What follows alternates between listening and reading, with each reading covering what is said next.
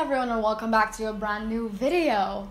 So we are gonna be starting week 9 fortification, and the festive is coming along in wave 3. Hueso, I think that's how you pronounce it. Hueso, I think. I'm just gonna pronounce it like that. I'm sorry if I mispronounce it. But yeah, he is so stinking adorable, and alongside him comes a couple extra things that are a bit interesting. So this video is just going to be talking about this wave 3 and pretty much summarizing the relevant info in the stream. So to start, let's look at Hueso's spell set. We have Playfulness, which is a passive. It says the dragon does not require food to attack, which, I mean, is cool, but I don't really think people's limiting factor is food. It would have been way cooler if it had no heal time. And it also has 60% increased rage regeneration, which is, pretty cool.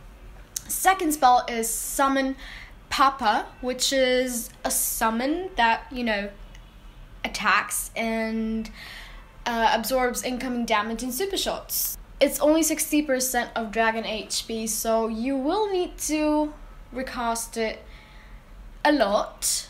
But, considering you can recast, I think that's fine.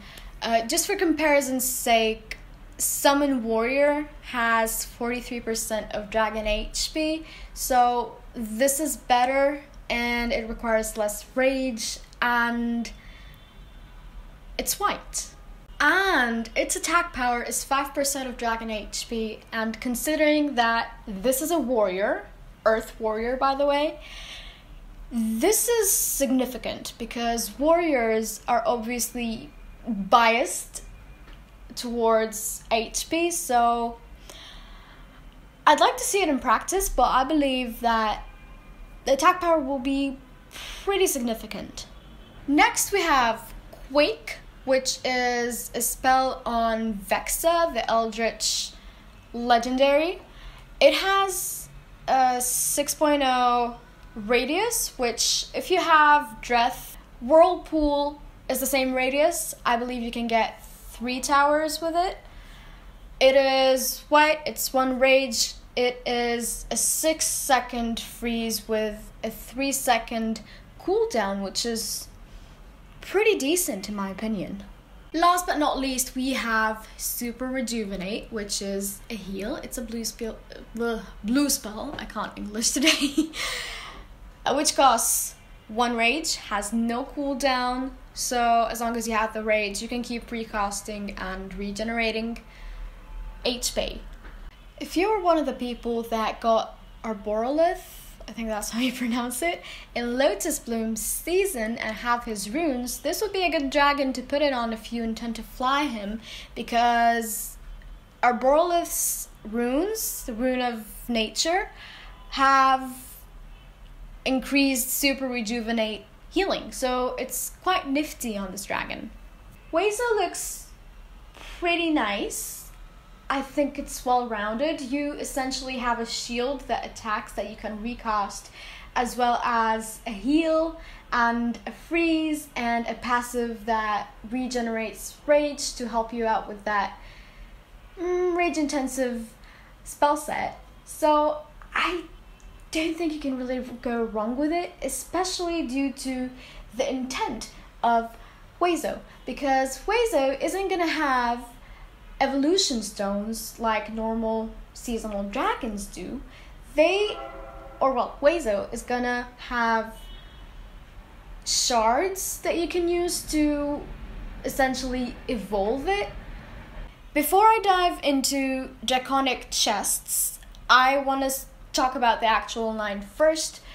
It is going to be 18k sigils, it is going to have 3 keys, it's going to have enough shards for the obsidian tier, and of course due to the lowered cost, it's not going to have as much prizes as other lines, but for the first 2 weeks it will have a 20% boost.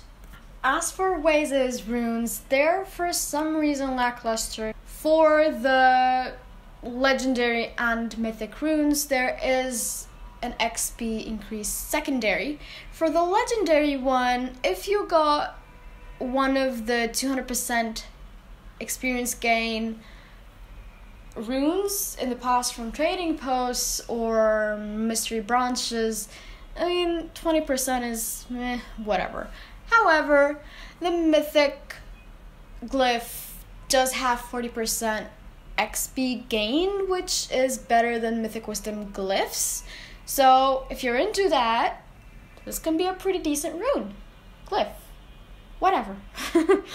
Now that that's out of the way, I want to go back to the point of Draconic Chests and being viable. I use this term loosely, indefinitely. So Draconic Chests are new chests that will be introduced. More details on that in a bit, but they will contain Hueso shards. And those chests will be always available. So basically, even if you miss out on Hueso this season, you can still get this in later seasons. You will get the egg first from the Draconic Chest, and then you'll start collecting fragments or shards so you can level it up. But now that the general outline for Hueso is out of the way, I really want to dive into the Draconic Chests because these are super interesting, at least to me. Now, once again, general details for Draconic Chests. They're going to be available from now on all the time. At the end of the Festive line, there will be 4 reclaimable Draconic Chests for 500 sigils, which is good value in my opinion. Like if you compare it to the 2 gold chests at the end of Mythic lines, this is great. And once we dive into the actual contents of the Draconic Chests, you'll see that, hey, this is cool. But of course it depends on how the sequencing turns out, so I wouldn't rush to test these out just yet. But yeah, aside from it being available at the end of the Festive lines, you can buy these at the base of 1k per 1 chest, 1k rubies per 1 chest, and 8k rubies for 10 chests. So it is double the cost of gold chests, but cheaper than platinums. Based on the content of the Draconic Chests, I think this is a fair price. Because if we look at the actual contents, the best way to describe it is a hybrid of contents of gold chests and PvPs and breeding, but in a good way.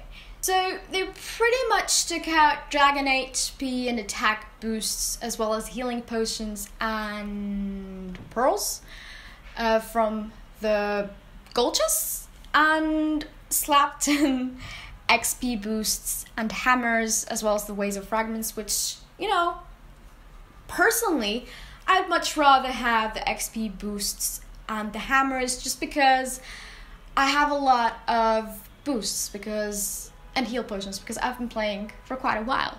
If you look at the actual values, they're pretty nice. We get more inner fires, more energy packs per drop. We get way more mystic fragments. Look at that. The legendary drop is 50 mystic fragments and the mythic drop is 200. That's a lot. Now, I believe on stream they said that how these are going to function is if you have a maxed out Hueso, you won't get the fragments anymore, but once it's uncapped, you'll start getting them again. So basically, I suppose when it's capped, the chests will be less diluted for you and the other things will drop more, which is pretty cool.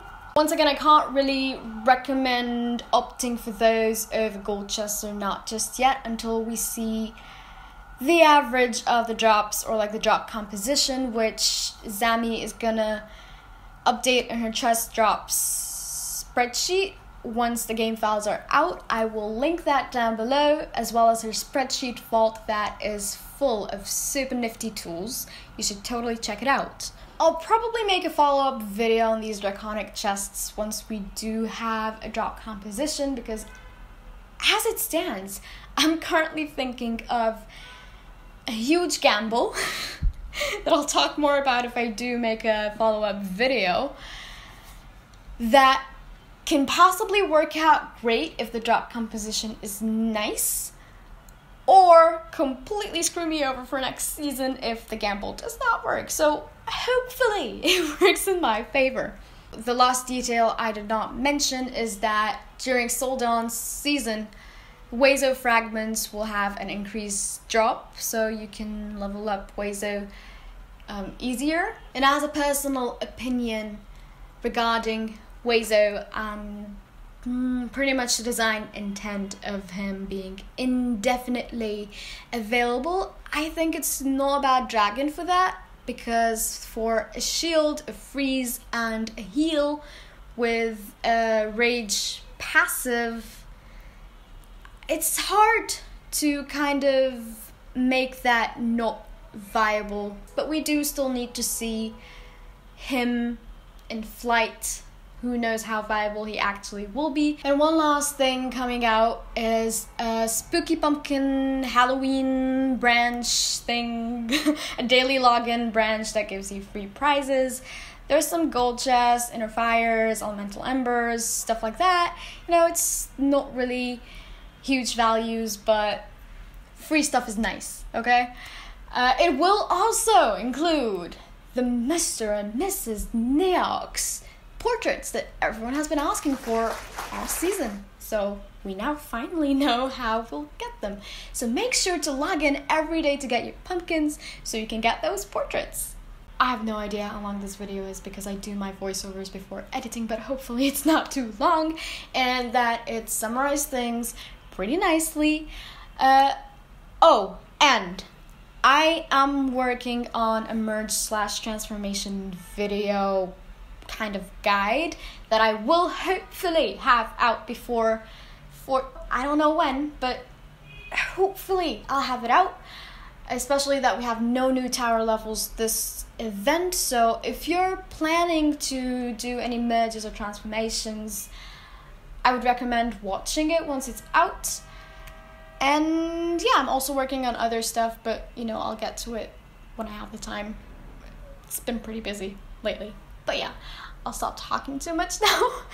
And as usual, if you like what you see, leave a thumbs up, subscribe, spread all around, let me know what you thought down below, or message me online, forums, game, anything. I always love to hear what you guys have to say.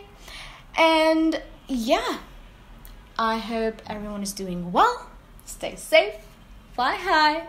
I'll see you guys in the next video.